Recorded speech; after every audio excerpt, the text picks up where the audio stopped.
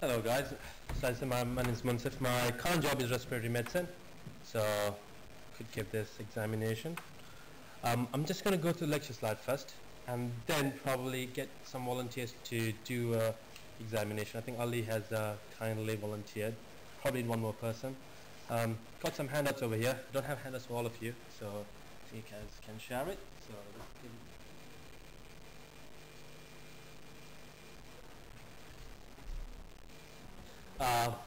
it's going to be as informal as possible, so I'm going to be asking questions hopefully and trying to engage, because if not it's boring for me. I think I've met a few of you. I've met you, yeah, and I've met 3 of them, that's about really. So how you do an examination? First and foremost, you would introduce yourself, wash your hands, confirm the details, get verbal consent, and then ideally you would stand behind the bedside and see for any accessories they have. So inhalers, BiPAP, sputum pop, or an IV or anything as such. Then you would do a general examination. Generally you'd want the patient exposed, because in an exam situation you're not going to have the patient unexposed. But in real life you wouldn't normally have the patient exposed all the time. So the patient might get cold and blah blah. So the patient will be exposed. We'll see if the patient is obese, because if the patient is obese, you could have obesity-related hyperventilation.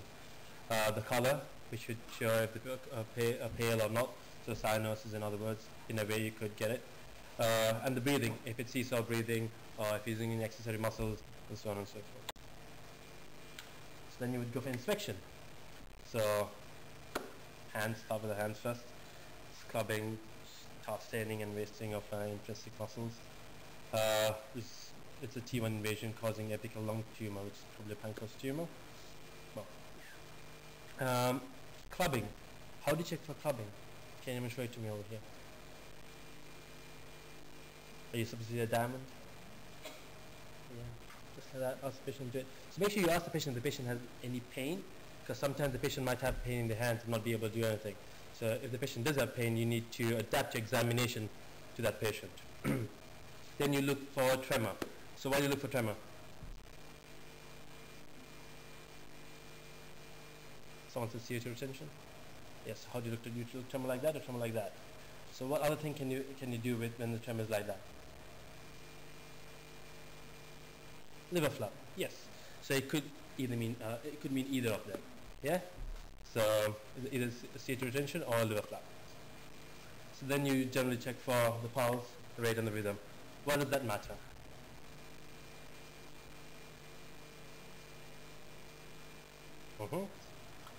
And then you would give a pulseless paradox. I've never actually done that. And I don't know, well, all my patients are severe COPD, but I don't think I ever did pulseless paradox for any of my patients. Then you would go further up the hand and check his BP.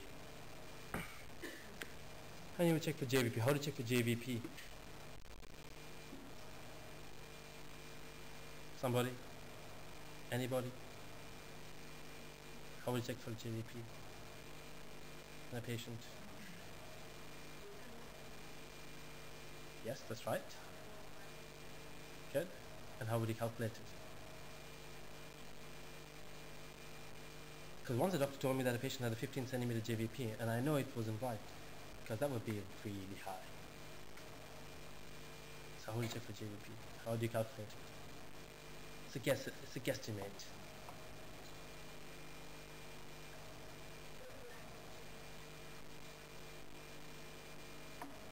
Where are you?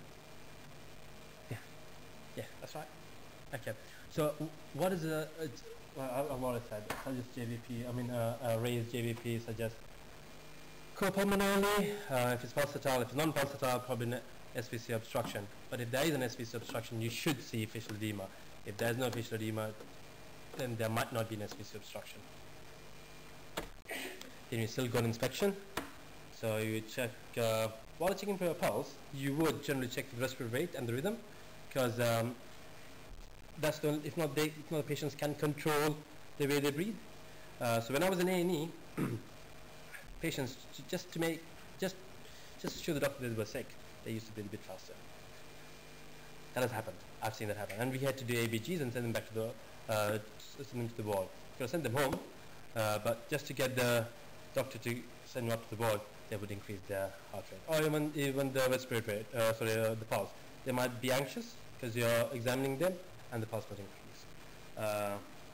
So how would you check for Horner syndrome in the eye? So you'd go upstairs in the neck, you'd go to the eye.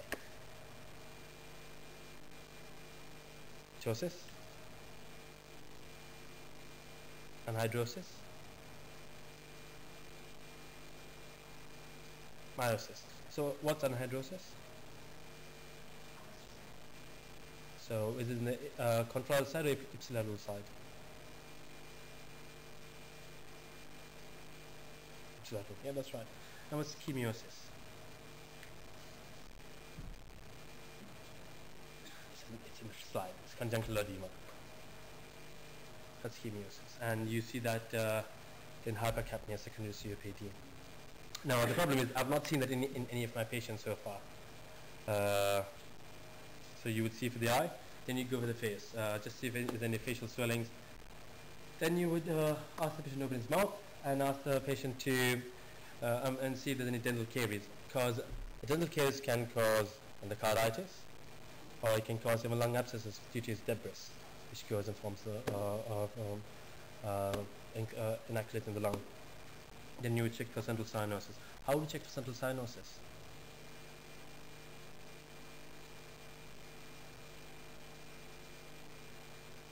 Guys, it's very informal. You're not going to get scolded. I'm still an F1, not a consultant, so it's okay. That's one way, yeah. Another way. Yeah, that's right. Yeah, the sternum. So that's what you normally do with the kids. With kids, you either go for the lip or the sternum. That's what I was taught in pediatrics. Then you go for the chest. So this shape of the chest, barrel chest, generally shows either COPD, hyperinflation in emphysema, or bronchiectasis. And you get those pectus excavatum, pectus craniatum, and scaphoid scoliosis. So to check for symmetry, check for any scars. Scars can be in surgery. You should mention. During examination, you would just go do. It depends on the examiner. In Sheffield, I studied in Sheffield, and they taught us to just do the examination, then in present the president fighting them, the positive findings and the negative findings. There was nothing. They did not want us to talk throughout the examination. So it varies from place to place. I don't know how they do it in Leeds, but in Sheffield they do not want us to talk when we're doing the examination. They want us to show what we're looking for. So if you're looking for any scars, you would just go and see throughout the whole chest if there is any scars. Then you would check the muscle wasting, and you will see for the chest versus abdominal breathing. So what kind of chest is that? This one.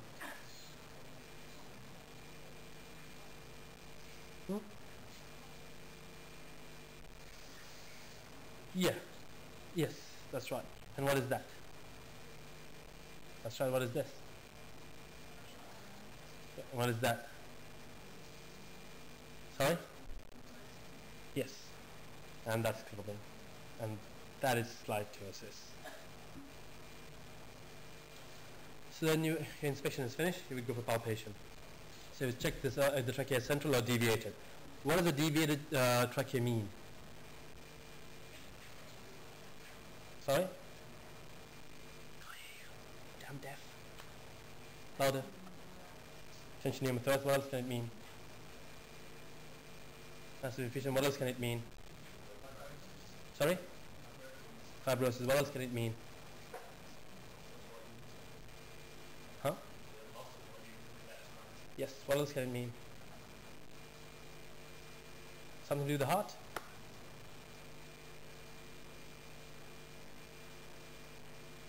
A big heart? Could deviate it? Got it? Then you check for chest expansion. So that is the best way to do chest expansion is from the back, not from the front. That's what I was told. Because from the front it's very difficult because if it's a female, you're like that. That's very uncomfortable. And you'll be holding the breast just below. That's not comfortable either for you and the patient. And even for a man, you're just facing right to the face. You're trying to make him breathe in and out. So the best place would be at the back, where you can visualize it, because you're gonna see the spine. You're gonna keep your head, and you're gonna go with the breathing in and out. Less than 3 is not normal. Less than 5 is not normal. Less than 2 is definitely not normal. You would always get silent chest where the patient does not move at all, and that's something very serious. Then you go with tactile vocal parameters, the palpation. So increase means it's consolidation, decrease means it's effusion or pneumothorax. How do you check for tactile vocal parameters? 99, yes. So you'd go on the same level, 99, 99, 99. Yeah? First, you always examine the front or the back. Generally the front first, and then you go to the back. Then you go percussion. So you start from the top and go to the bottom. And so you go side by side anteriorly. Same place, same location. So if you go to, I don't know, third intercostal space, make sure you go to third intercostal space the other side. Because if not, you will get it different. Make sure you're nice and loud enough to hear. So practice on your sternum. Make sure it gets louder, and it needs to be loud. So you might even hurt yourself by doing it, but it has to be loud. So the examiner should be able to hear, because the place would be quiet. Examiner should be able to hear, and you should be able to hear. I've seen people examine, and I can't hear. I don't think even they heard. So, yeah. What does dull mean? What does resonant mean? What does hyperresonant mean?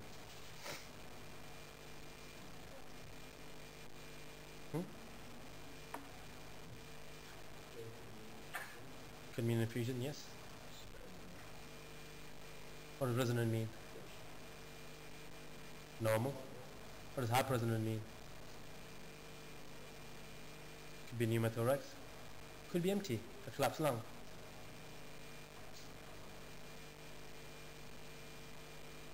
So in a collapsed lung, would you get tracheal deviation?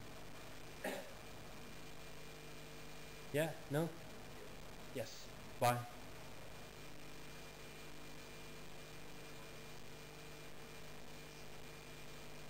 Correct, yeah. Then you start auscultate. So you start from the top and go to the bottom, same side to side anteriorly, and you would note you would want to listen for what vesiculae, bronchiales, bronchi, crackles, creps, or pleural rub. So what's vesicular breathing? Normal breathing. What's bronchial breathing? So if I want to find the bronchial breathing in any one of you, where would I keep my stethoscope? It's right in the trachea, so that's bronchial breathing. What's bronchi? Wheeze, yes. What's crackles or creps?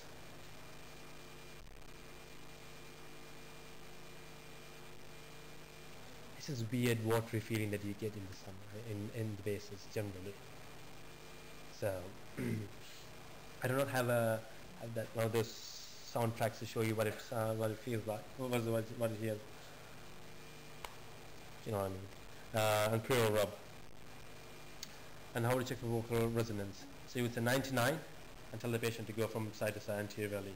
And if you do suspect consolidation, you would ask the patient to do a whispering petroliquia, so which is 2 to 2 to 2.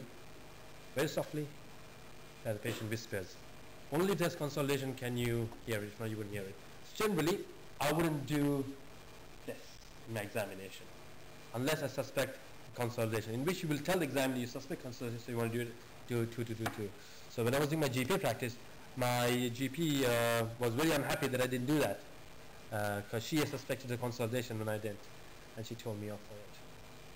So if you do suspect, even the slightest suspicion, do it, or just say to the examiner that you might do it. Then you repeat the same thing in the back. Then the examination is done. That's very simple, very straightforward. You would then check the cervical lymph nodes. check his sputum, put what's in there, do a peak flow, thank the patient and wash your hands, and then present your positive findings, and then present your negative findings. What did I miss?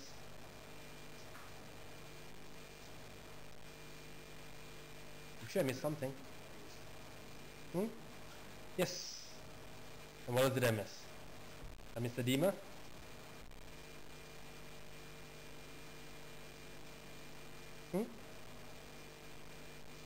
Respiratory.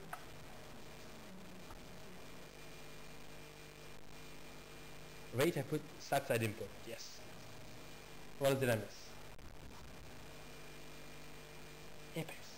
Yes. Why does that matter?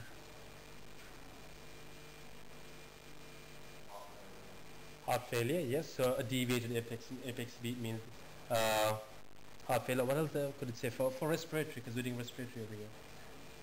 Tension. What else could it mean? Huh? Flaps. Anything else I missed? Because they're all in the next slide. Huh? Just actually you would ask, you could request for it, but in examination you wouldn't.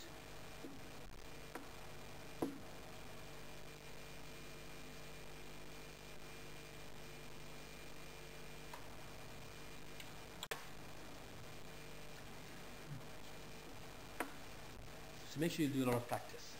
Practice. That's all you need. Even if you don't finish the examination on the exam, you still can get full marks if you say exactly what you would do. So that was a station in which I scored 23 or 25, but I didn't even do half the work. I just told the patient that this is what I would do, and I didn't even touch the patient because I ran out of time. So long as you know what you're going to do and say to the examiner, this is exactly what I'll do, and they will give you the marks. So they're lenient, and make sure you look confident. Do not show any form of anxiety, because when you do, you start forgetting things. Because you get anxious, and the patient's not bothered because they've done it like 100 times. But you get anxious and you start forgetting. And do practice as many as you can. Go to respiratory ward and practice on patients, because they will have a respiratory patient who have positive signs, and they will want you to pick up positive signs. They might not want you to, do diagnosis with that. They probably will want you to just pick up the positive signs and be honest with your findings. If you did not find anything, just say you didn't find anything. Do not make things up, because when you make things up, it's really wrong. I mean, if there was a wheeze and you didn't hear a wheeze, just say you didn't hear the wheeze. So the patient might have had a wheeze. Just do not make stuff up, because when you do make stuff up, you do lose points. Any questions? No. Okay. Could I have 2 volunteers, please? So we can do respiratory exam over here. And we'll see. And we'll do and a stethoscope, please, because I didn't bring mine. I haven't brought mine for the ward for the entire week. Ali? Yeah? One more person? Anybody can come. And you guys can correct the patient, correct them.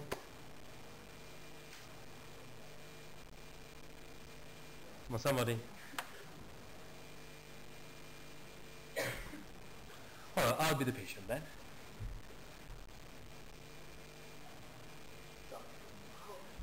Over there. And Ali is going to do the input, okay? Don't worry. Audience is only good, yeah? So I try and look through it. Go to it. Okay. Sally, my name's Ryan, I'm one of the medical students. Do you mind if I examine you? First of all, I'll do a general section of questions. What examination are you going to do? Something a respiratory examination. So that'll involve having you feel your hands, looking into your eyes, and having a feel and looking into your chest. You don't have any pressure. Yeah. Okay. And then you don't get any pain. So I'll do a general inspection test. Yep. See if you're on a oxygen or any freezing box. Yep. What are your findings as well? How old are the patient? 45 weeks.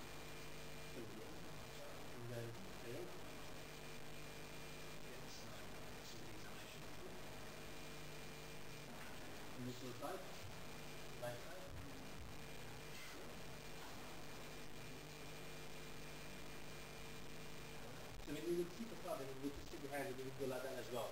Yeah. Then showing the examiner, you actually see you're just sticking your entire hand, and then you got into the problem.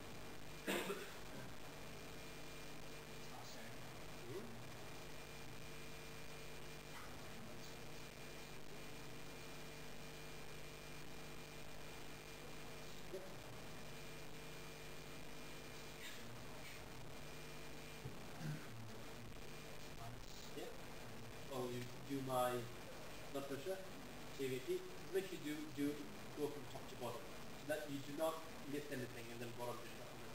Bottom to top and top to bottom, you do not lift anything. Yeah? Yeah.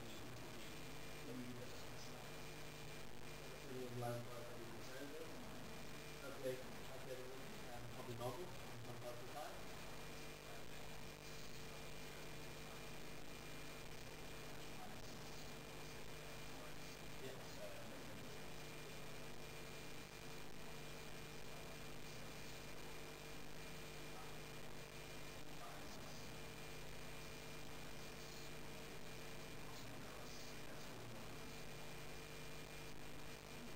Then you would go to the chest. Yeah? Any mistakes you made so far? Anything you need to correct on? So I'm going to ask you guys.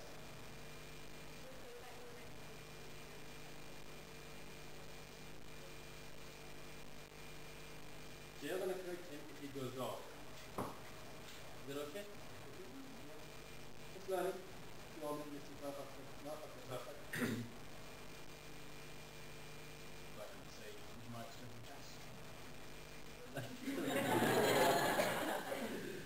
You won't hit it.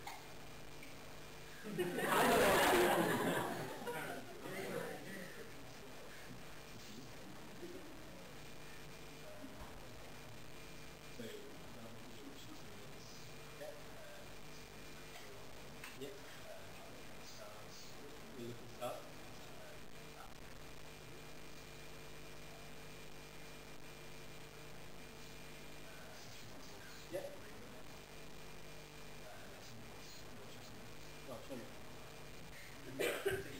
So generally you're like the patient back, yeah? So you wouldn't go to just movement at the back. Because you want the patient to come up front just once. That shows that you're safe. You make the patient come up and go down again. That means the examiner knows that you're not done enough. You don't need to make the patient sit up once. So you go, if you're going to do chest expansion, go directly over there. Generally you would do it front and back. But for this purpose, you can do either front, you can do either front. So do front and back. Take a piece of hand. Relax.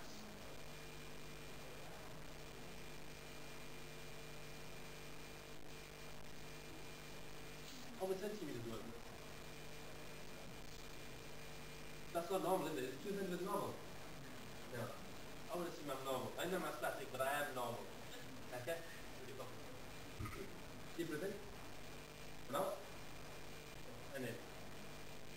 So you go with the movement. You wouldn't just wait to stay there. You would go with the movement slowly, and then you measure. Because if you stay there, you're actually not doing it. You're just going like that and just doing that. It's nothing really.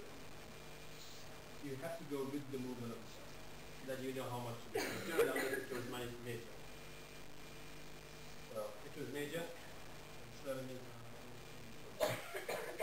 Yeah. Done that. Long.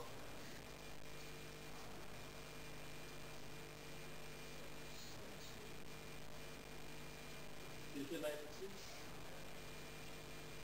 Well, try again.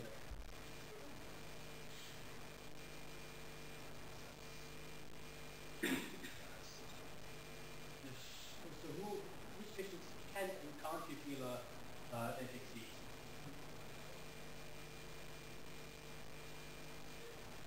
You can feel it? Most can you feel it? Huh? Yeah. Yeah. The cardiomyopathy or the hypertrophy. Which patients can't you feel you can barely feel the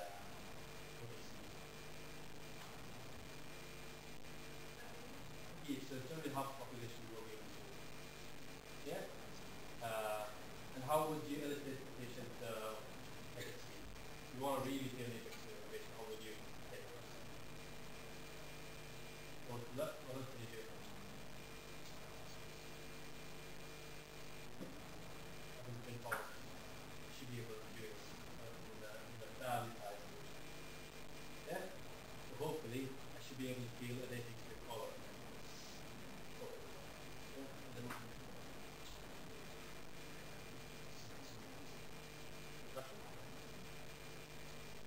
Yeah? Yeah? That's loud. That's good. Yep. Yep. 99. 99. 99. Yep.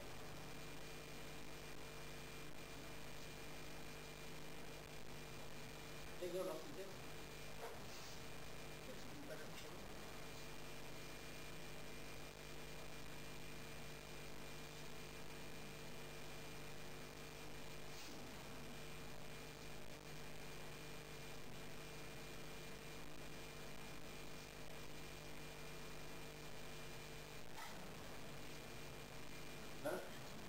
No.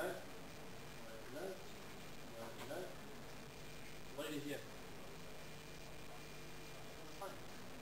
Okay. Good. Keep going. What's next after auscultation?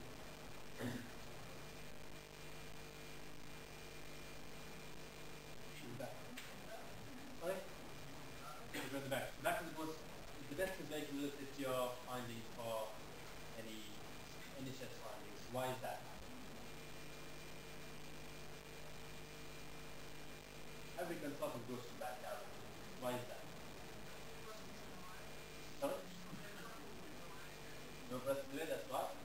Yeah, the base, what else can you do? Why right at the back?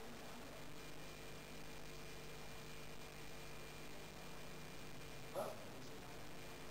Larger area. What else? Heart comes or not? What else? The thing about the rib cage, I mean, lung is situated, your rib, your back rib, and the lungs are very close to each other. On the front, you have major, minor, all of the muscles, and the heart, everything is there. A lot of influence.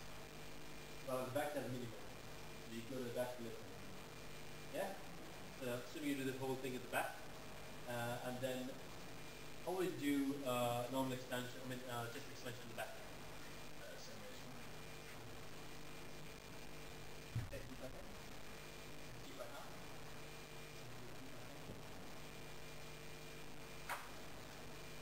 So try not to hold the patient tight, yeah? See what you see. Loose enough to move, tight enough to hold the head. And then what will you do?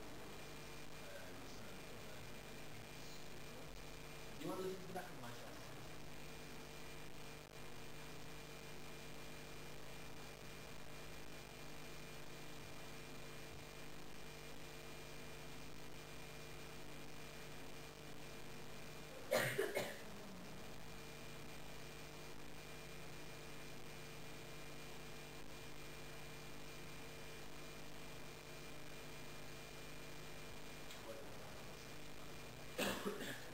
So you need to listen to as many patients as possible. You could have heard a slight wrong cut, slight weak. Now what else would you do when you've done the auscultation and you've done everything in the back? Thank you, Ollie. What else would you do? Lymph nodes? Check the sputum pot. Sorry? Circular edema, yes. Circular edema and peripheral edema, two most important things. And that's it. It's done. Any questions? No questions? Cool. I'm done. Thank you. Thank you.